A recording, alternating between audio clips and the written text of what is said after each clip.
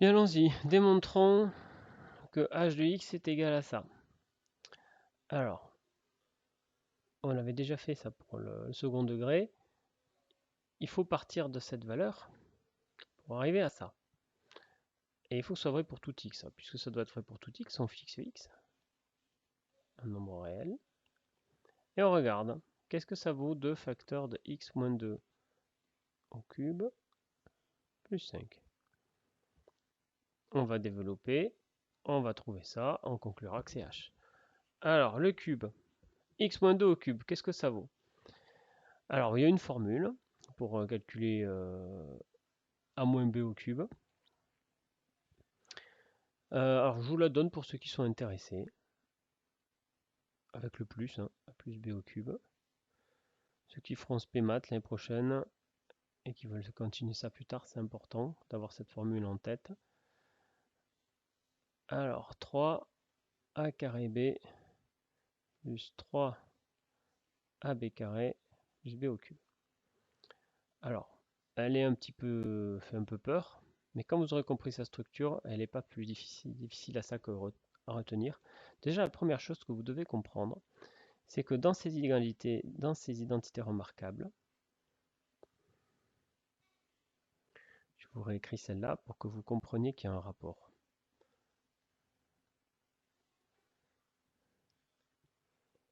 Bon, déjà, ça c'est au carré, il y a 3 termes. Ça c'est au cube, il y a 4 termes. Donc il y a toujours un terme de plus que l'exposant.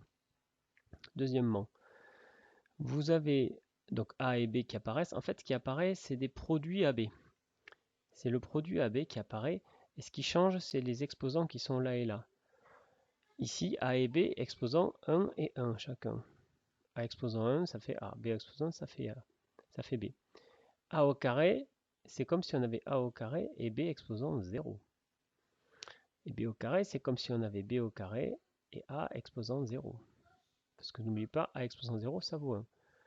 Donc on remarque que la somme des exposants de AB, ça fait toujours l'exposant initial. Est-ce que ça marche ici? Ben regardez, A au cube, oui.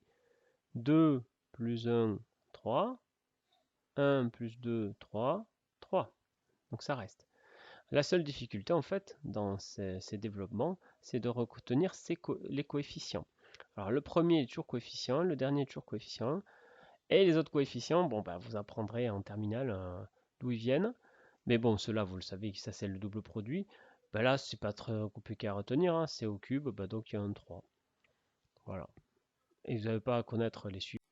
Vous étudierez éventuellement en terminale en maths experte. Bien, alors, je vous rappelle que tout ça, c'est pas du tout du 30 secondes. Je vais l'utiliser parce que c'est plus rapide, mais voilà. Alors, oh, quoique, allez, même pas, je vais pas l'utiliser puisque c'est pas au programme. Je vais faire ce que vous feriez.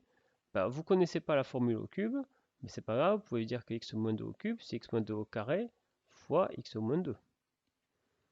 Et puis ça, vous savez développer, ça aussi, et puis voilà, terminé. Alors, égal. Le 2, je mets tout ça entre parenthèses. X moins 2 au carré, j'applique a moins b au carré, ça fait x carré moins 4x plus 4. Facteur de x moins 2 plus 5. Je vais encore garder ce 2 en facteur. Alors, parce qu'il faut que je fasse ce produit. Alors, x au carré fois x, j'obtiens x au cube, moins 4x carré, plus 4x. Maintenant, avec le moins 2, ça nous fait moins 2x carré, moins par moins plus 8x, moins 8, plus 5. Ce qui nous fait donc, alors je vais regrouper les termes avant de multiplier par 2, x au cube. Les x carrés, j'en ai moins 4, j'en ai moins 2, ça me fait donc moins 6. Les x, j'en ai plus 4, j'en ai plus 8, donc j'en ai donc plus 12. Et les constantes, il reste que moins 8. Vous remarquez que j'obtiens bien 4 termes, comme vous avez prévu ici. Le terme constant, le terme en x, le terme en x carré, le terme en x cube. Alors vérifions si ma formule marchait là. Ici, A c'était x et B c'était moins 2. Donc au cube, j'aurais dû obtenir x au cube. Alors a carré, x carré. B exposant 1, ça fait moins 2. Moins 2 fois 3, ça fait moins 6, x carré. A exposant 1, ça fait x. B au carré, le carré de moins 2, ça fait plus 4 fois 3, ça fait plus 12. Plus b cube, mais b c'est moins 2 au cube, ça fait moins 8. J'étais censé obtenir ça avec cette formule. X au cube, ok, moins 6x carré, ok, plus 12x, ok, moins 8, ok. Ça marche, évidemment, hein, mais bon, il n'y a pas beaucoup de suspense. Hein.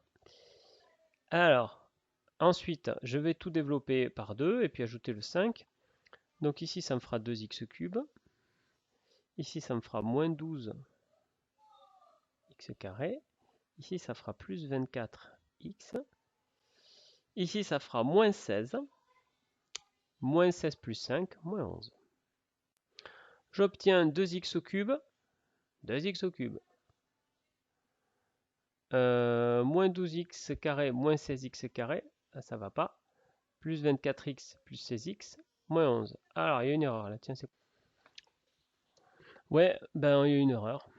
Hein. J'ai vérifié les calculs. Donc, tout ça, c'est bon. Bah, c'est l'énoncé qu'il faut. Hein. Donc, erreur d'énoncé. Donc, on va considérer qu'ici, c'est moins 12x carré plus 24x. De toute façon, sur votre police, ce sera corrigé. Bon, bref, donc on trouve voilà, que c'est normalement que c'est la même formule. Et donc, on a conclu que c'est égal à h de x. Maintenant, on dispose d'une formule presque factorisée de h de x. Elle n'est pas tout à fait factorisée à cause de ce plus 5. Néanmoins, elle a le grand avantage de ne faire apparaître x qu'à un seul endroit. Et donc, on va s'en servir pour déterminer les variations de notre fonction.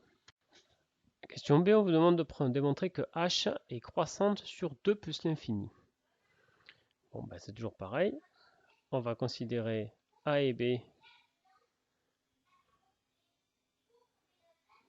deux nombres réels dans 2 plus l'infini.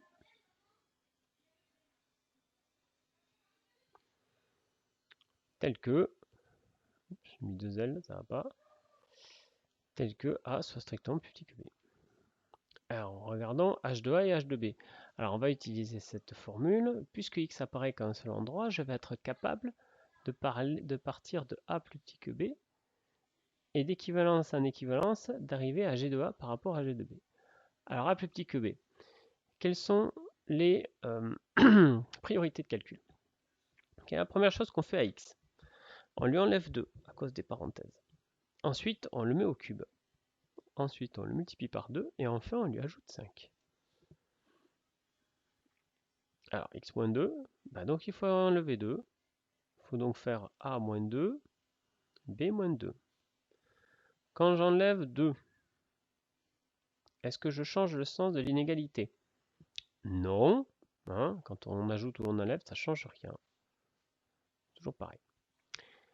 Après, qu'est-ce que je dois faire? Je dois élever au cube.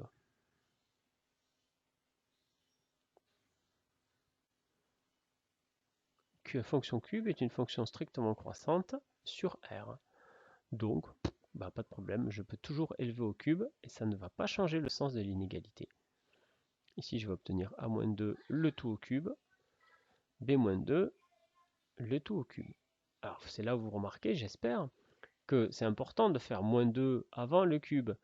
Parce que si j'avais fait le cube avant moins 2, j'aurais obtenu a au cube puis b au cube, moins 2, moins 2. Et c'est pas du tout la même chose. Hein. Étape d'après. On a dit qu'il fallait multiplier par 2.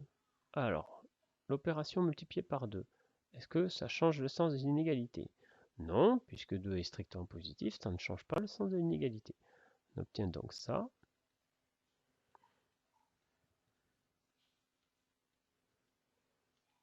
Dernier point, on va rajouter 5. Rajouter soustraire, oui, plus 5. Plus 5. Rajouter 5, est-ce que ça change le sens d'inégalité? Non, on peut toujours rajouter, ça ne change rien. J'obtiens donc 2 facteurs de a moins 2 au cube plus 5, 2 facteurs de b moins 2 au cube, plus 5. C'est-à-dire, qu'est-ce que j'ai obtenu? 2 facteurs d'un moins 2 au cube plus 5, ben c'est exactement h de a. Et 2 facteurs de b moins 2 au cube plus 5, c'est exactement h de b.